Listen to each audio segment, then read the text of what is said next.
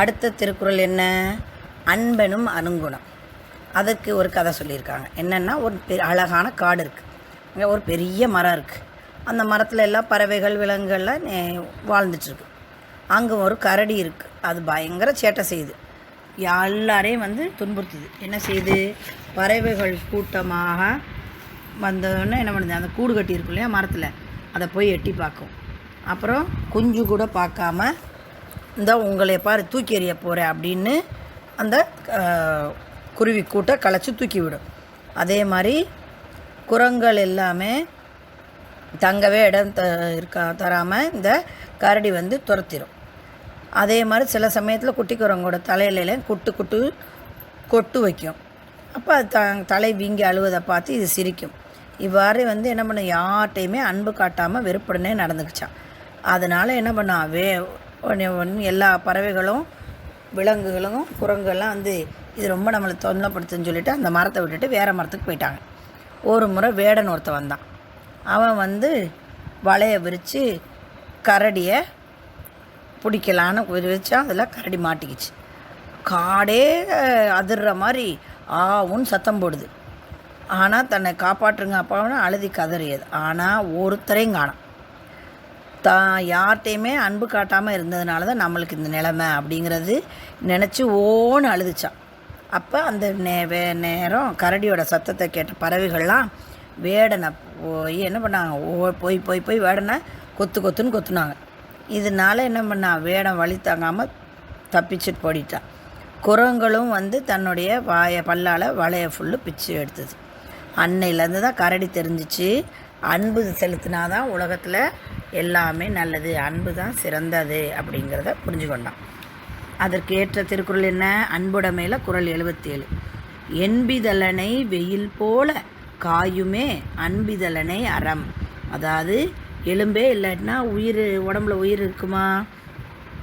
வருத்தமாக உடம்புல உயிர் இருக்கிறதுக்கு அர்த்தமே இல்லை. அதுபோல் அன்பே இல்லாத உயிர் எலும்பு இல்லாத உடம்புக்கு சமமாகும் அப்படின்னு சொல்லியிருக்காங்க. எனவே நம்மளும் எல்லாரோடும்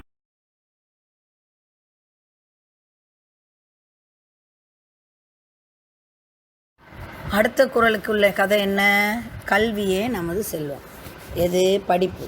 இப்போ இவ்வளோ பெரிய கொரோனாத்துலேயும் நம்ம இந்த online class, zoom class, virtual class மூலம் உங்கள் படிப்பு கெட்டு போகாமல் பண்ணுறோம் இல்லையா? அதுதான் கல்வி தான் எல்லா சூழ்நிலையும் நமக்கு உதவும். ஒரு ஊரில் முத்தன்கிறவர் இருந்தாராம். அவர் எனது சொந்த தொழில் வச்சுட்டு கடினமாக உழைத்து செல்வந்தராக இருந்திருக்கார். அவருக்கு புகழினி மதியழகன் 2 பசங்க. 2 பசங்களுமே கல்விக்கு தான் முக்கியத்துவம் கொடுத்து நல்லா படித்தாங்க. ஆனால் படிச்சுட்டு இப்போ இருக்கணும்னு நினச்சாங்க. ஆனால் அவங்க அப்பா கல்விக்கு முக்கியத்துவம் இல்லாமல் தொழிலில் ஈடுபடணும்னு நினச்சாங்க. ஆனால் இந்த பசங்க தான் அப்பா சொல்கிறத கேட்காம 2 பேரும் கல்லூரி வரை போய், கல்லூரினா காலேஜ் வரை படித்து முடித்தாங்க. ஆனால் இந்த முத்தண்ணனுக்கு யார்? அவங்க அப்பாவுக்கு கல்வி மேலே ஈடுபாடோ விருப்பமே இல்லை. அதனால் அவர் ஒழுங்கான கல்வி கற்காதனால அவரது வியாபார நண்பர்கள் எல்லாரும் அவரை ஏமாற்றிட்டாங்க. அதனால் அவருடைய வீடு வயல் எல்லாமே செல்வத்தையும் எல்லாத்தையும் இழந்துட்டு சாப்பாட்டுக்கே கஷ்டப்படுற நிலை வந்துருச்சு. அப்போ இந்த பசங்க 2 பேரும் படிச்சுக்கிட்டு இருந்தவங்க என்னது, இனியும் நம்ம அதை பற்றி தாமைக்கு கூடாதுன்னு என்ன 2 பேரும் வேலைக்கு போயிடுறாங்க. வேலைக்கு போய் அவங்களுக்கு நல்ல கல்வி இருந்ததுனால அவங்களுக்கு உடனே வேலை கிடச்சிருச்சு. அப்போ அதனால் அவங்களால அந்த குடும்பத்தை வறுமையிலேருந்து காப்பாற்ற முடிஞ்சிச்சு. முத்தனுக்கு அப்போ தான் கல்வியோட அருமை தெரிந்து தன்னுடைய எண்ணத்தை மாற்றி கொண்டார். அப்போ அதுக்கு ஏற்ற குறள் என்ன? கல்வி அதிகாரத்தில் உள்ள 400வது திருக்குறள். கேடில் விழிச்செல்வம் கல்வி ஒருவருக்கு மாடல்ல மற்றையவை. அதாவது நீ எவ்வளவுதான் தங்கம் வைரம் எப்படினாலும் திருடு போயிடும், சொத்து பத்து வச்சுருந்தாலும் இல்லாமல் போயிடும். ஆனால் நீ படித்திருந்த கல்வி மட்டும்தான் உனக்கு நீ மரணமாகும் வரைக்கும் உனக்கு உதவியாக இருக்கும். அதனால் ஒருவருடைய நிலைத்த செல்வம் என்பது அவர் கற்ற கல்வியை தவிர வேறு எந்த செல்வமும் நம்மளுக்கு இந்த உலகத்துலேயும் சரி மறுமை உலகத்திலும் நமக்கு பயன் தராது அப்படிங்கிற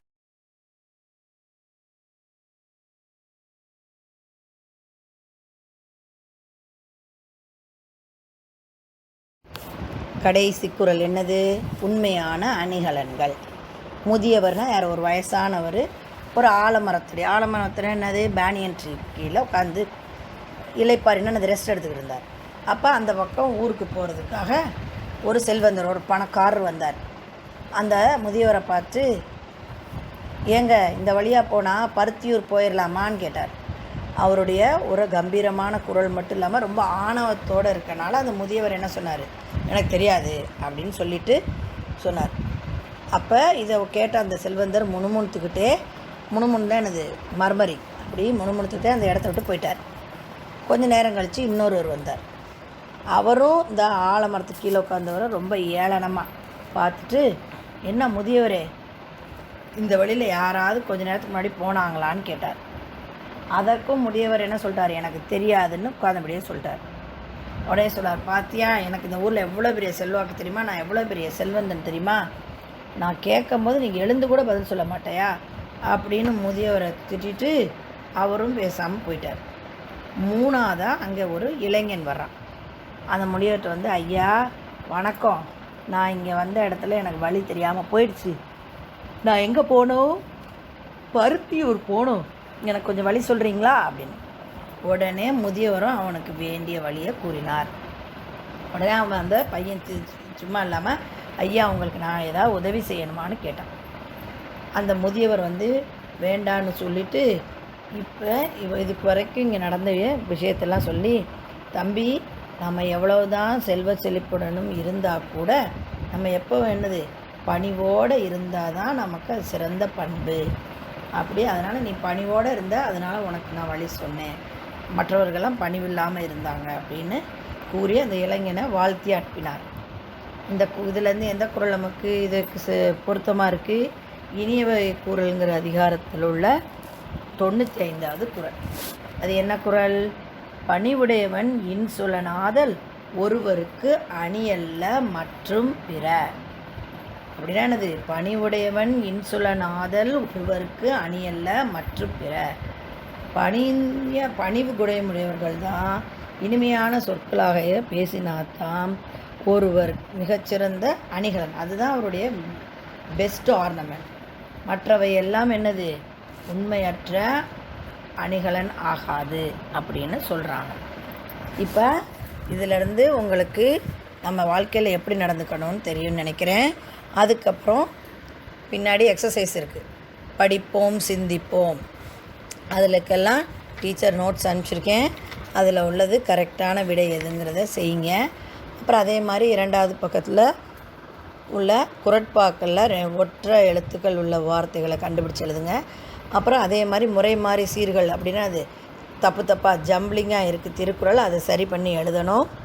பாடி மகிழ்வோங்கிறது சும்மா நீங்கள் படித்தா போதும். அதோடு இந்த பாடம் முடிந்து விட்டது. அடுத்தது குழு விளையாட்டு, அது ஆக்டிவிட்டி லெசன், அது ஒன்றும் இல்லை, அது நம்ம பள்ளிக்கு வரும்போது இந்த ஆக்டிவிட்டி லெசனை பண்ணிக்கலாம். நீங்கள் ஏற்கனவே திருக்குறளை பற்றி நீங்கள் எழுதிட்டீங்க, அதனால் இந்த திருக்குறள் ஆக்டிவிட்டியும் உங்களுக்கு கிடையாது. ஆனால் இந்த திருக்குறளையும் அதோடைய மீனிங்கையும் எல்லாரும் நோட்டில் இந்த பயிற்சிக்கு பின்னாடி எழுதியிருக்கணும். 5 திருக்குறளும் அந்த 5 திருக்குறளுடைய பொருளையும் எழுதியிருக்கணும். இதுதான் உங்களுடைய டெக்ஸ்ட் புக்கில் இல்லை ஹோம்ஒர்க்கோடு சேர்த்து உங்கள் நோட் புக்கில் நீங்கள் செய்ய வேண்டியது ஆகும். இதோடு நமக்கு இந்த செப்டம்பர் மாதத்திற்குரிய பாடம் முடிந்துவிட்டது. மீண்டும் அக்டோபர் மாதத்தில் உங்களை மறுபடியும் நன்றியுடனும் பாசத்துடனும் சந்திக்கவிருக்கும் உங்கள் தமிழாசிரியை. தமிழ் வணக்கம்.